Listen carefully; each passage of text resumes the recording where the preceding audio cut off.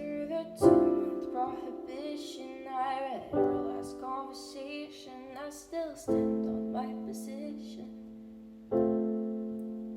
I can't know if I'm wrong or right, but I know if we never try, then you will never be the person